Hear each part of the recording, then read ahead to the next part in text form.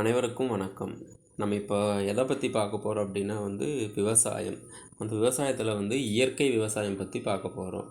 இப்போ பார்த்திங்கன்னா விவசாயம் நம்ம நாட்டினோட முதுகெலும்பு அப்படின்னு சொல்லி சொல்கிறாங்க. அப்பேற்பட்ட ஒரு விவசாயத்தை நம்ம தமிழ்நாட்டில் மிகவும் முக்கியமாக தஞ்சை மற்றும் கோவை மற்றும் அனைத்து மாவட்டங்களிலும் விவசாயத்தை நல்லா செழிப்பாக பண்ணிகிட்ருக்குறாங்க. அதில் இயற்கை விவசாயம் அப்படிங்கிறது எப்படி பண்ணுறது அப்படின்னு சொல்லி பார்க்குறோம்.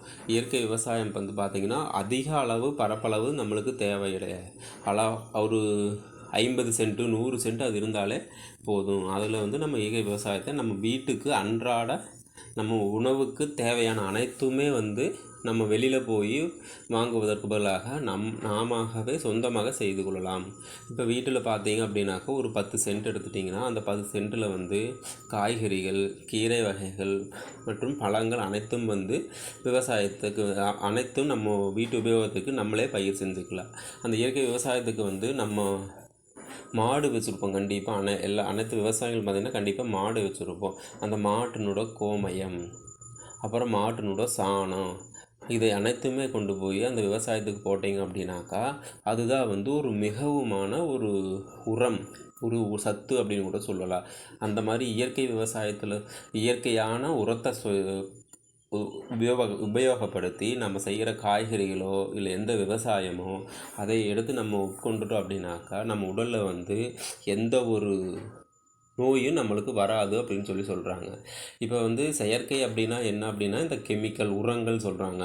அந்த உரத்தை பயன்படுத்தி அதில் விளைந்த காய்கறிகளோ மற்ற உணவுகளை சாப்பிட்டு பாருங்கள். இந்த மாதிரி மாட்டு கோமயம், மாட்டு சாணம், இந்த மாதிரி இயற்கையான உரத்தை விவசாயம் செஞ்சு அதில் வர்ற உணவுப் பொருட்களை சாப்பிட்டு பார்த்தீங்கன்னா உங்களுக்கே அதில் ஒரு வித்தியாசம் தெரியும். அந்த இயற்கை விவசாயத்தை பயன்படுத்தி நம்ம பண்ணிட்டோம் அப்படின்னாக்கா உடம்புக்கு எந்த ஒரு நோயும் வராதுன்னு சொல்கிறாங்க. இன்னும் பார்த்தீங்க அப்படின்னாக்கா அந்த மாட்டு சாணத்தை அப்புறம் மாட்டு யூரின், அதாவது மாட்டு கோமைன்னு சொல்கிறாங்களே, அதை வச்சு பஞ்சகவியம்னு ஒன்று செய்கிறாங்க.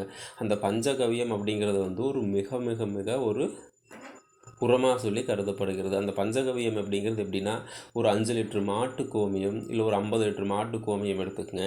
அதில் ஈறுதல் விதைகள், ஈறுதல் தானியங்கள், அவரை, துவரை, கொள்ளு, இந்த மாதிரி தாவர விதைகளை போட்டு நல்லா ஒரு ஆட்டு உரலில் போட்டு ஆட்டி எடுத்து ஒரு பாத்திரத்துலையோ ஒரு ட்ரம்முலேயோ போட்டுக்குங்க. ஒரு 50 லிட்டர் மாட்டு கோமையும் போட்டுக்குங்க.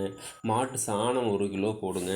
தவிடு ஒரு 2 கிலோ போடுங்க. அப்புறம் நாட்டு சர்க்கரை ஒரு 2 கிலோ போடுங்க. இதெல்லாம் போட்டு ஒரு 20 நாள் ஊற வச்சுருங்க. 20 நாளைக்கு அப்புறம் அதை எடுத்து நம்ம காய்கறிகளோ இல்லை விவசாயம் பண்ணிக்கிற எந்த ஒரு பயிருக்கோ அதே சொட்டு நீர் மூலமாகவோ இல்லை வாய்க்காலில் தண்ணி மூலமாகவோ கொடுத்து விவசாயத்தை பண்ணினீங்கன்னா அந்த விவசாயம் அவ்வளவு ஒரு செழிப்பாக வரும்னு சொல்கிறாங்க. அதனால் நம்ம அனைவருமே விவசாயத்தை நம்ம தேவைகளுக்கு தகுந்த மாதிரி தேவைகளுக்கு ஏற்ப நாமவே முன் நமக்கு தேவையானதை நம்மளே இயற்கை முறையில் செஞ்சு அதை உபயோகப்படுத்திட்டு வந்தோம்னா நம்மளுக்கு உடலுக்கு எந்த ஒரு தீங்கும் இருக்காது அப்படின்னு சொல்கிறேன்.